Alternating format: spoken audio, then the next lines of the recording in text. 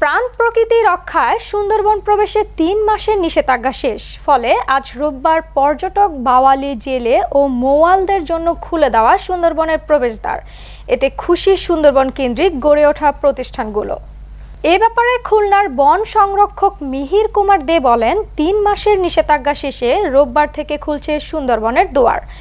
জেলে বাওয়ালিরা স্ব স্টেশন থেকে পাস পারমিট নিয়ে সুন্দরবনে প্রবেশ করতে পারবে। তথ্যমতে সুন্দরবনের জলভাগে ২১০ প্রজাতির সাদা মাছ, ২৪ প্রজাতির চিংড়ি, ১৪ প্রজাতির কাঁকড়া পাওয়া যায়।